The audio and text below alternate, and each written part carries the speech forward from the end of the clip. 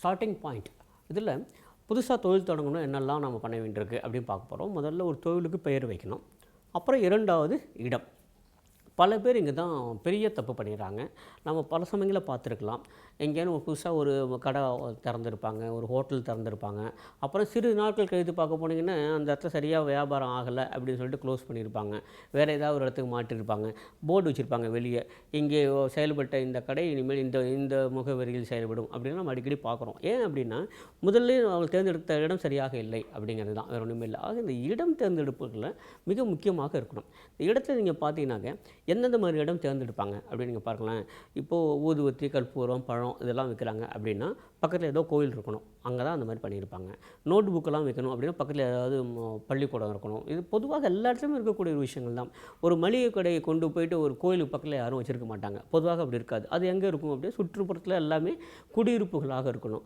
குடியிருப்புகள் இடத்துல என்னெல்லாம் இருக்குது அப்படின்னு பார்க்கலாம். இதெல்லாமே நம்ம நடைமுறையில் பார்க்கக்கூடியது தான்.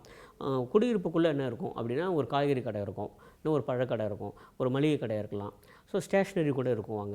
அங்கெல்லாம் தான் அது மிக முக்கியமாக மெடிக்கல் ஷாப் இருக்கும். இதெல்லாம் நீங்கள் பார்த்தீங்கன்னாக்க எந்த இடத்துல விற்கிறாங்க, மெடிக்கல் ஷாப் எங்கே வைக்கிறாங்க, இன்னும் சுற்றி குடியிருப்புகள் இருக்கணும், இல்லைன்னா பக்கத்தில் ஏதோ மருத்துவமனை இருக்கணும். அப்போ தான் அந்த இடத்துல மெடிக்கல் ஷாப் வைப்பாங்க. யாரும் கோயிலுக்கு பக்கத்தில் மெடிக்கல் ஷாப் வைக்க போகிறது கிடையாது. இதெல்லாம் நீங்கள் பார்த்தீங்கன்னா இதுக்கு பின்னால் ஏதோ ஒரு ஒரு ஒரு ஒரு மிகப்பெரிய ஒரு தியரி இருக்குது, ஒரு தத்துவம் இருக்குது. அவங்க என்ன சொல்கிறாங்க அப்படின்னா, நீங்கள் எந்த இடத்துல உங்களோட தொழிலை வைக்கிறீர்கள் என்பது மிக மிக முக்கியம். நீங்கள் அதுக்கப்புறம் வேறு எதுவுமே பண்ண வேண்டாம். ஒரு பூக்கடையோ பழக்கடையோ ஒரு கோயில் பக்கத்தில் வச்சா அதுக்கப்புறம் நம்ம வேறு எதுவுமே பண்ண வேண்டாம். ஏன்னா அதற்கான தேவை ஏற்கனவே இங்கே இருக்கிறதுங்கிற காரணத்தினால நீங்கள் பெரிய அளவு விளம்பரம் செய்ய வேண்டிய அவசியம் இல்லை அப்படின்னு சொல்லிட்டேன். இப்போது சென்னையில் நீங்கள் பார்த்தீங்கன்னாக்க திருவள்ளிக்கேணியில் அந்த சேப்பாக் கிரவுண்டுக்கு போனோம்னா அதுக்கு சுற்றியும் பார்த்தீங்கன்னா நிறைய ஸ்போர்ட்ஸ் கடைகள் இருக்கும், நிறைய ஸ்போர்ட்ஸ் கடைகள்லாம் இருக்கும்.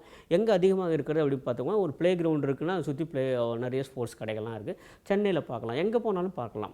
அப்போ என்ன அர்த்தம் அப்படின்னா அந்த இடம் ஸ்போர்ட்ஸ் பொருட்கள் வேணுங்கிறவங்க வந்து வாங்கிட்டு போவாங்க. உங்களுக்கு தெரியும் அந்த இடத்துல கிரவுண்ட் இருக்குது, ஸ்போர்ட்ஸ் இருக்குது, கடை இருக்கும் அப்படின்னு சொல்லிட்டு. இது இங்கே ஸ்கேட்டர்டாக எங்கேயா வச்சுருந்தீங்கன்னா வருவதற்கு மிக கஷ்டமாக இருக்கும். அவங்களுக்கு எங்கே கிடைக்கும் அப்படின்னு தேடி பார்த்து வரணும், அதுக்கான அவசியமே இல்லை. இதெல்லாம் வச்சுருக்காங்க.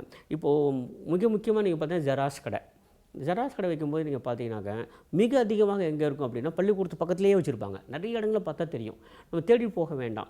ஜெராக்ஸ் கடை எங்கே இருக்குன்னு தேடி போகிறத விட ஸ்கூல் எங்கே இருக்குன்னு தேடி போகிறது ஈஸி. அது பக்கத்துலேயே ஜெராக்ஸ் கடை இருக்கும், கண்டுபிடிச்சிடலாம். ஆக இதெல்லாம் எதுக்காக வச்சுருக்காங்க அப்படின்னா இந்த இடத்துல இது வைப்பதுங்கிறது தான் மிகச்சரியான விஷயம். ஏன்னா அங்கே தான் அவங்க வருவாங்க, கஸ்டமர்ஸ் அங்கே தான் வருவாங்க. அதனால் நமக்கு வீம்புக்கான அதெல்லாம் கிடையாது. அந்த இடத்துல 10 கடை இருக்குது, நான் தனியாக ஒரு கடை வைக்கிறேன் அப்படின்னு சொல்லி எங்கேயாவது தள்ளி போய் வச்சுக்கோங்க, யாருமே வரப்போகிறது கிடையாது.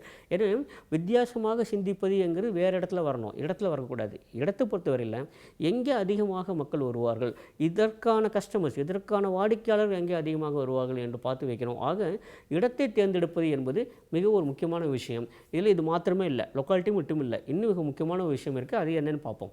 மீண்டும் சந்திப்போம். நன்றி, வணக்கம்.